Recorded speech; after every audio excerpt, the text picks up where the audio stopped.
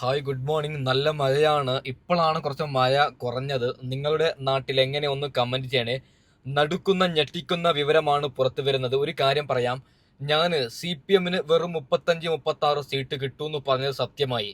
എന്നാൽ ആര് മുഖ്യമന്ത്രിയാവുമെന്ന് നമുക്ക് കിട്ടുന്ന ചില ചില വിവരത്തിന്റെ അടിസ്ഥാനത്തിൽ ഞാൻ പറയുന്നത് അതുപോലെ നടക്കാനാണ് സാധ്യത. ആരെന്ന് ഞാൻ പറഞ്ഞുതരാം. പൊന്നുമനുഷ്യന്മാരെ, ഞെട്ടിക്കുന്ന നടുക്കുന്ന ഒരു വീഡിയോ വന്നിട്ടുണ്ട്. അതായത് പോലീസ് ഉദ്യോഗസ്ഥർ കേക്ക് മുറിച്ച് ആഘോഷിക്കുകയാണ്. എന്തിനെന്നല്ലേ, കേരളത്തിൽ പിണറായി വിജയന്റെ ഭരണം അവസാനിച്ചതുകൊണ്ട് സാധാരണക്കാരായ പോലീസുകാർ കേക്ക് മുറിച്ചിട്ടങ്ങ് ആഘോഷിക്കുന്നു. ലോകം തന്നെ ഞെട്ടുകയാണ്. ആ ഒരു വീഡിയോ നിങ്ങൾ കാണണം. എത്രമാത്രം അവർ മനസ്സിനുള്ളിൽ എങ്ങനെയെങ്കിലും പിണറായി വിജയന്റെ ഭരണമൊന്ന് അവസാനിച്ച് കിട്ടണേ ദൈവമേ എന്ന് അവർ പ്രാർത്ഥിച്ചതിന്റെ തെളിവാണിത്. അതായത് ഇപ്പോൾ എനിക്ക് പേഴ്സണലി പിണറായി വിജയൻ ഭരിക്കുന്ന സമയത്ത് അൽത്തു എന്ന വ്ളോഗർക്കെതിരെ കേസെടുക്കുമെന്ന് പറഞ്ഞാൽ അവർ കേസെടുക്കണം. എന്തില്ലെങ്കിലും വെറുതെ അൽത്തുവിന്റെ കാറിൽ MDMA കിട്ടി എന്ന് പറഞ്ഞിട്ട് കേസാവും. അതൊക്കെയാണ്. അതായത് നല്ല നല്ല രീതിക്ക് പഠിച്ചു വന്ന പോലീസുകാർക്ക് കള്ളക്കേസൊക്കെ ഉണ്ടാക്കാൻ നല്ല ബുദ്ധിമുട്ടുണ്ടാവും. അതുകൊണ്ടാണ് അവർ കേക്ക് മുറിച്ച് ആഘോഷിച്ചത്. നിങ്ങൾ ആ ഒരു വീഡിയോ കാണണം. അതിനുശേഷം പൊന്നുമനുഷ്യന്മാരെ, CPM-ന്റെ മുതിർന്ന നേതാവ് ഒരു കാര്യം പറയുകയാണ്. ഞങ്ങൾ 10 വർഷം കൊടുത്ത നക്കാപ്പിച്ച അവറ്റകൾ മറന്നോ?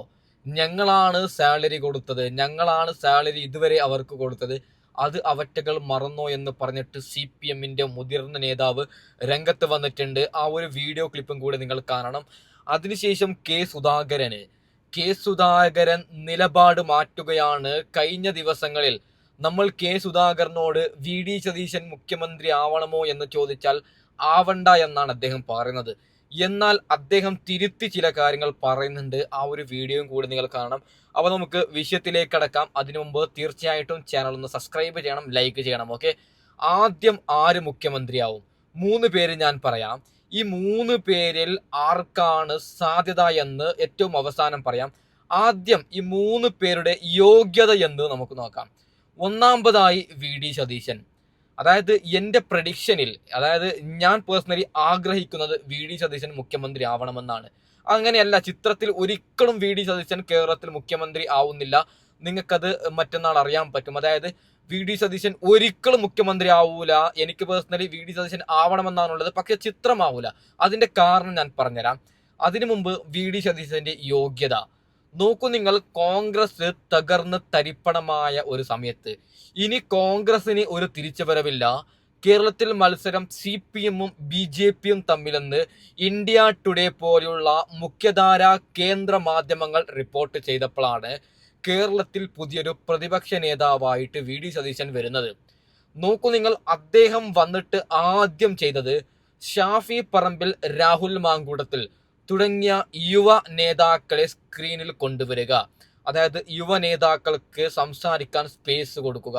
അങ്ങനെയാണ് അദ്ദേഹം ചെയ്തത്. അതായത് ഷാഫി പറമ്പിൽ മാത്രമല്ല, രാഹുൽ മാങ്കൂട്ടത്തിൽ മാത്രമല്ല, തുടങ്ങിയ എത്രയോ യുവ നേതാക്കൾക്ക് അദ്ദേഹത്തിന്റെ കൂടെ നടന്നിട്ടും, അതായത് കൂടുതൽ സംസാരിക്കാൻ അവസരം കൊടുത്തിട്ടും ഒരു ടീം അദ്ദേഹം അങ്ങ് ക്രിയേറ്റ് ചെയ്യുകയാണ്. നോക്കൂ, ആ ടീം UDF, അതൊരു ടൈറ്റിൽ ശരി തന്നെയാണ്. ആ ടീമിലുള്ളത് നോക്കൂ നിങ്ങൾ. കെ സുധാകരൻ ഉണ്ട്, മുതിർന്നവനാണ്.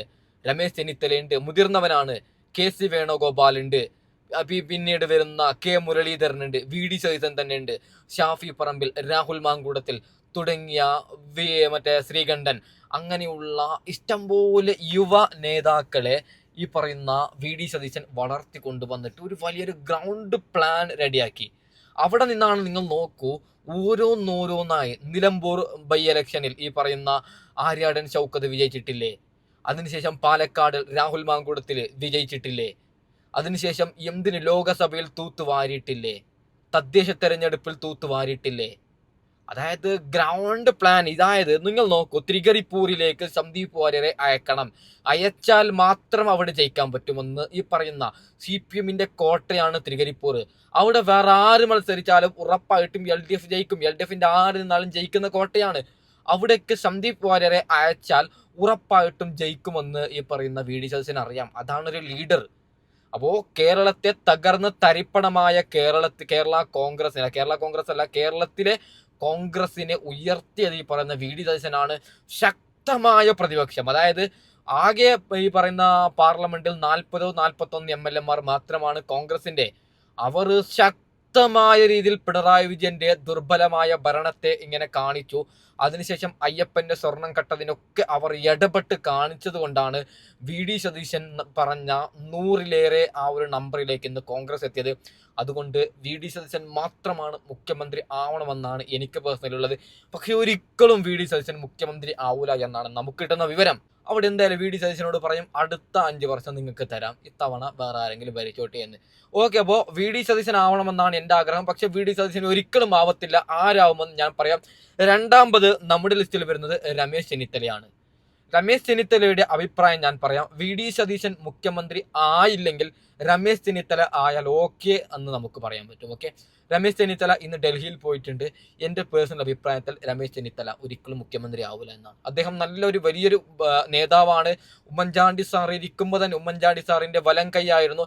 അദ്ദേഹത്തിന് എങ്ങനെ ഭരിക്കണമെന്ന് കൃത്യമായിട്ട് അറിയാം.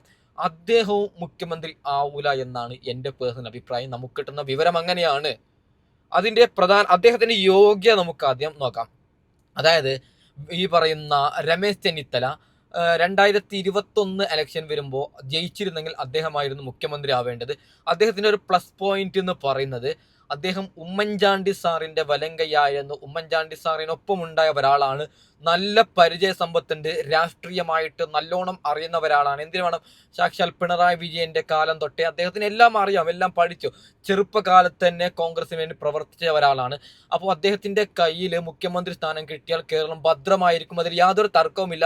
പക്ഷെ അദ്ദേഹത്തെ ആക്കൂല. കാരണം അദ്ദേഹം ഒരു നീതിമാനായ അങ്ങനെയുള്ള മനുഷ്യനാണ്. അദ്ദേഹം ഇങ്ങനെ ഇപ്പോൾ VD സതീശനെ പോലെയോ ഷാഫി പറമ്പിലിനെ പോലെയോ രാഹുൽ മാങ്കുടത്തിലിനെ പോലെയോ നല്ല കടുപ്പിച്ചിട്ട് അദ്ദേഹം സംസാരിക്കില്ല. അദ്ദേഹം ഒരു മാന്യനാണ്. അദ്ദേഹം മാന്യമായിട്ട് സംസാരിക്കും. എന്നാൽ മുഖ്യമന്ത്രി കുറച്ചും ഇത് വേണ്ടേ എന്തെന്ന് പറയുന്നത്, ഇപ്പോൾ നല്ല പവറിലൊക്കെ സംസാരിക്കുന്ന അങ്ങനെയുള്ള വാൾക്ക് ഈ പറയുന്ന രമേശ് ചെന്നിത്തല എന്ന് പറയുന്നത് അദ്ദേഹം ഒരു നല്ല മനുഷ്യനായതുകൊണ്ട് എന്ത് വന്നാലും അദ്ദേഹത്തിന് ഇപ്പൊ എതിരെ ഏതെങ്കിലും ഒരു പെണ്ണിനെ അദ്ദേഹം പീഡിപ്പിച്ചു എന്ന് പറഞ്ഞിട്ട് ആരെങ്കിലും ഒരു ഫേക്ക് വാർത്ത കൊടുത്താൽ അദ്ദേഹം മോനെ അത് പരിശോധിക്കും, ഞങ്ങൾ നല്ല രീതിക്ക് അന്വേഷിക്കും, അങ്ങനെ പറഞ്ഞു കഴിയുന്ന അത്രയും നല്ല മനുഷ്യനാണ്. അങ്ങനെയുള്ള നല്ല മനുഷ്യന്മാർക്ക് ആരും സീറ്റ് കൊടുക്കുന്നില്ല. അതുകൊണ്ട് ഈ പറയുന്ന രമേശ് ചെന്നിത്തല ആവൂല എന്നാണ് നമുക്ക് കിട്ടുന്ന വിവരം. നമുക്ക് കിട്ടുന്ന വിവരത്തിൽ KC വേണുഗോപാലാണ് ഇവിടുത്തെ കേരളത്തിന്റെ മുഖ്യമന്ത്രിയായി വരാൻ പോകുന്നത്. KC എന്നാണ് എനിക്ക് കിട്ടുന്ന അപ്ഡേറ്റ്. ഓക്കെ, അതായത് ചിലപ്പം മാറാം. അതിനുള്ള അദ്ദേഹത്തിന് യോഗ്യതയുണ്ടോ എന്ന് ചോദിച്ചു കഴിഞ്ഞാൽ പൊന്നു മനുഷ്യന്മാരെ, പക്ഷെ നിങ്ങൾ എന്നെ ഭീഷണിപ്പെടുത്തും. അദ്ദേഹത്തിന് യോഗ്യതയില്ല. അദ്ദേഹം പാർലമെന്റിൽ ഇരിക്കേണ്ട ആളാണ്. നരേന്ദ്രമോദിക്കെതിരെ സംസാരിക്കേണ്ട ആളാണ്. നല്ല കഴിവുള്ള മനുഷ്യനാണ് KC. അതായത് KC വേണുഗോപാൽ എന്ന് പറഞ്ഞ നല്ല ഇംഗ്ലീഷും സംസാരിക്കാൻ അറിയാം. വലിയൊരു നേതാവാണ് അദ്ദേഹം. കേരള രാഷ്ട്രത്തിന് ആവശ്യമില്ല. അതിന്റെ കാരണം ഇത് CPM പാർട്ടിയല്ല. CPM-ൽ പിണറായി വിജയൻ അല്ലാതെ വേറെ നേതാക്കളിൽ ഇവിടെ അങ്ങനെയല്ല. കോൺഗ്രസിൽ ഒന്നിനൊന്നിനും മെച്ചപ്പെട്ട ഇഷ്ടംപോലെ നേതാക്കളുണ്ട്. VD സതീശൻ വേണ്ടെങ്കിൽ, രമേശ് ചെന്നിത്തല വേണമെങ്കിൽ, K മുരളീധരൻ ഉണ്ട്, ഷാഫി പറമ്പിലിനെ പോലെയുള്ള ഇഷ്ടംപോലെ നേതാക്കൾ കേരളത്തിൽ ഇരിക്കുമ്പോൾ എന്തിനാണ് കേന്ദ്രത്തിലും ഒരു മന്ത്രിയായിട്ടുള്ള ഈ പറയുന്ന KC ഇങ്ങോട്ട് വരണം? ഇദ്ദേഹം ഒരു പണിയും കേരളത്തിൽ എടുത്തിട്ടില്ല. ഇവിടെ ഗ്രൗണ്ടിൽ ഇറങ്ങിയത്, കേരളത്തിൽ ഗ്രൗണ്ടിൽ ഇറങ്ങി കളിച്ചത് ഈ പറയുന്ന VD സതീശൻ, രമേശ് ചെന്നിത്തലയാണ്.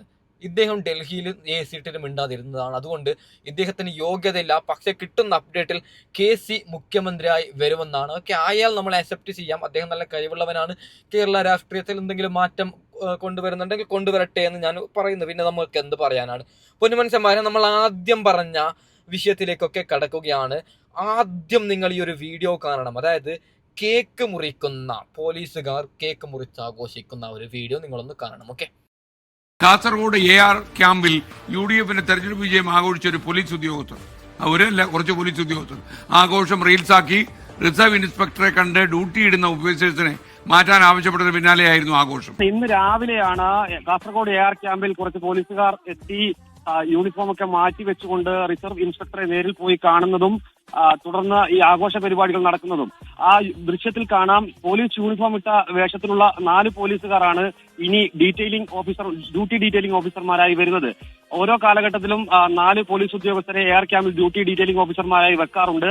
എന്നാൽ ഇന്നലെ തെരഞ്ഞെടുപ്പ് വിജയം വന്നതിന് പിന്നാലെ ഭരണാനുകൂലികളായ പോലീസുകാർ എത്തുകയും അവർ റിസർവ് ഇൻസ്പെക്ടറെ നേരിൽ പോയി കണ്ട് ഡ്യൂട്ടി ഡീറ്റെയിലിംഗ് ഓഫീസർമാരെ മാറ്റാൻ ആവശ്യപ്പെടുകയും ചെയ്തു. തുടർന്ന് അത് അംഗീകരിക്കുന്നു. അതിനുശേഷമാണ് ത്രിവർണ്ണ പതാക ആലേഖനം ചെയ്തുകൊണ്ടുള്ള കേക്ക് മുറിച്ചുകൊണ്ട് തെരഞ്ഞെടുപ്പ് വിജയാഘോഷം നടത്തിയത്. ഇത് തെരഞ്ഞെടുപ്പ് പെരുമാറ്റച്ചട്ടം നിലനിൽക്കെ ഇത്തരത്തിലുള്ള ആഘോഷം നടത്തുന്ന പെരുമാറ്റച്ചട്ടത്തിന്റെ ലംഘനമാണ് എന്ന ആക്ഷേപമാണ് മറ്റു പോലീസുകാർ ഉന്നയിക്കുന്നത്. നിലവിൽ പോലീസ് അസോസിയേഷന്റെ ഭാഗമായിട്ടുള്ള ആളുകളൊക്കെ തന്നെയും ഇത്തരം വിമർശനം ഉന്നയിക്കുന്നുണ്ട്.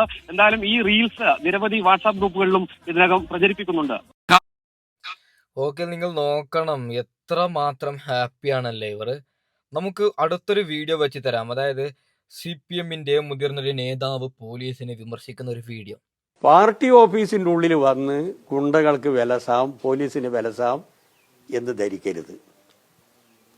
ഈ കേരളത്തിൽ അല്ലെങ്കിൽ പാലക്കാട് ജില്ലയിൽ ഒരു കമ്മ്യൂണിസ്റ്റുകാരൻ ബാക്കിയുണ്ടെങ്കിൽ അങ്ങോട്ട് കടക്കില്ല, ഗുണ്ടകളും കടക്കില്ല, പോലീസും കടക്കില്ല. ഞങ്ങൾ ആരെയും ഉപദ്രവിക്കാൻ പോകുന്നില്ല.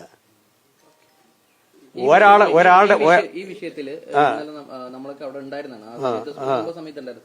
അപ്പൊ ആദ്യം ഈ UDF അതായത് അവര് പറഞ്ഞിരുന്നത് അവിടെ നിന്നാണ് സോഡാ കുപ്പിയും അതുപോലെ തന്നെ കല്ലും വന്നിരുന്നത്. അതുപോലെ തന്നെ പോലീസും അത്തരത്തിൽ തന്നെയാണ് പറഞ്ഞത്. ഒരു പോലീസുകാരനെ തലയ്ക്ക് പരിക്കേറ്റിട്ടുണ്ടായിരുന്നു ഈ കല്ല് വീണിട്ട്. അതെ, അത് പോലീസ് അന്വേഷിക്കട്ടെ, നിഷ്പക്ഷമായ ഒരു അന്വേഷണം പോലീസ് നടത്തട്ടെ. ഞങ്ങൾ ഈ ജാഥ വരുന്നുണ്ടെന്ന് വിചാരിച്ചിട്ട് എറിയാൻ നിന്നതാണോ? അതെ, പടക്കം പൊട്ടിക്കലും ഉടനെ തന്നെ 2-3 സോഡാ കുപ്പികൾ അങ്ങോട്ടേക്ക് വരികയും ചെയ്തു. അത് കഴിഞ്ഞു തല്ലി, ഓഫീസിന്റെ ഉള്ളിൽ കയറി തല്ലി. എന്നിട്ട് മുകളിലേക്ക് കയറാൻ പോകുമ്പോൾ സഖാവ് കൃഷ്ണദാസ് അവിടെ ഇല്ലായിരുന്നുവെങ്കിൽ ഏത് രൂപത്തിലുള്ള അനിഷ്ട സംഭവം ഉണ്ടാവുക? ഞങ്ങളൊക്കെ ഇപ്പോൾ അവിടെ ഉണ്ടായിരുന്നു എന്ന് വിചാരിക്കാം. ഞങ്ങളെയൊക്കെ തന്റെ ശവത്തിന്റെ മുകളിൽ കയറ്റിയിട്ടല്ലേ പിന്നെ പോലീസിന് ഓഫീസിന്റെ ഉള്ളിൽ കയറാൻ പറ്റൂ? അപ്പം ആ രൂപത്തിലുള്ള ഒരു ആക്ഷൻ എന്ന് പറയുന്നത് ഞങ്ങളത് നിസ്സാരമായിട്ട് കാണുന്നില്ല. ഇത് ഒരു റിഹേഴ്സലാണ്, ഇനി ഒരു തുടക്കമാണ്. വരട്ടെ, ഒരു തുടക്കമാണ്. തുടക്കം എന്ന് പറഞ്ഞു കഴിഞ്ഞാൽ ഇതാണ് ഈ കേരളത്തിൽ ഇന്ന് പാലക്കാട് കണ്ടതാണ് നാളെ കേരളത്തിലെല്ലാം നടക്കാൻ പോകുന്നത്. അതുകൊണ്ട് അനങ്ങാതിരുന്നോ, ഞങ്ങളെ പേടിച്ചിരുന്നോ? എൻ്റെ പൊന്നു സഖാവെ, 10 വർഷം നിങ്ങൾ പറയുന്നത് പോലെ പോലീസ് കേട്ടു, ഇനിയും കേൾക്കണമെന്ന് പറയുന്നത് ശരിയാണോ? കരയുകയാണ് CPM-കാർ സത്യം പറഞ്ഞാൽ. ഓക്കെ, നമുക്ക് എന്തായാലും K. സുധാകരൻ VD സതീശനെ കുറിച്ചിട്ട് ചില കാര്യങ്ങൾ പറയുന്നുണ്ട്. അത് കേട്ടിട്ട് വൈൻഡപ്പ് ചെയ്യാം. ഓക്കെ, UDF-നെ നയിച്ച പ്രതിപക്ഷ നേതാവ് VD സതീശനെ മുഖ്യമന്ത്രി പദത്തിലേക്ക് പരിഗണിക്കണം എന്നാണ്. അങ്ങനെയാണോ? അത് പാർട്ടി തീരുമാനിക്കും. അദ്ദേഹത്തെ വേണമെന്ന് പാർട്ടിക്കാർ പറഞ്ഞാൽ പിന്നെ അത് അംഗീകരിക്കണ്ടേ? അത് അംഗീകരിക്കാതിരിക്കാൻ പറ്റില്ലല്ലോ. അപ്പോൾ അത് അംഗീകരിക്കണോ വേണ്ടി ഒന്ന് തീരുമാനിക്കുന്നത് പാർട്ടിയുടെ ഹൈക്കമാൻഡാണ്. ഹൈക്കമാൻഡ് അത് ചർച്ച ചെയ്യും. അങ്ങ് വ്യക്തിപരമായി മുഖ്യമന്ത്രിയാകാൻ ആര് മുഖ്യമന്ത്രിയാണെന്ന് ആഗ്രഹിക്കുന്നത്? ഞാൻ ആരെക്കുറിച്ചിട്ടും പറഞ്ഞിട്ടില്ല. മുഖ്യമന്ത്രി ആവണമെന്ന് ആരെക്കുറിച്ചും ഞാൻ പറഞ്ഞിട്ടില്ല. അത് ഞാൻ പറയേണ്ട ഒരു വാക്കല്ല. അത് പറയുന്നത് പല ചലനങ്ങളുണ്ടാക്കും. ആ ചലനങ്ങളിലൊന്നും ഒരു നല്ല ഹെൽത്തി അല്ല, ആവില്ല. അതുകൊണ്ട് അത് വേണ്ടാന്ന് വെച്ച് നിർത്തി. എങ്ങനെയുള്ള ഒരാളായിരിക്കണം? കാരണം ഒരു നീണ്ട കാലത്തിന് ശേഷമാണ് കോൺഗ്രസ് അധികാരത്തിലെത്തുന്നത്. ഒരു തുടർഭരണം കൂടി ലക്ഷ്യമിട്ടുള്ള ഒരു നേതൃനിരയായിരിക്കുമോ? അതെ, നിശ്ചയമായും അങ്ങനെ ആയിരിക്കണം. വരാൻ പോകുന്ന തിരഞ്ഞെടുപ്പിലും കോൺഗ്രസ് കടന്നു വരണം. അങ്ങനെ ഒരു കൊണ്ടുവരാൻ സാധിക്കുന്ന മനസ്സും കഴിവുമുള്ള നേതാക്കന്മാരെ കയ്യിലായിരിക്കണം. Okay, K. സുധാകരൻ ഇങ്ങനെയാണ് പറയുന്നത്. നോക്കാം നമുക്ക് ആരാവുമെന്ന്. ഇപ്പോൾ കിട്ടുന്ന വിവരം അനുസരിച്ചിട്ട് കേസ് ആവുന്നതാണ്. ഓക്കെ, നാം നിർത്തുകയാണ്. അടുത്ത വീഡിയോ വരാം. Okay, by.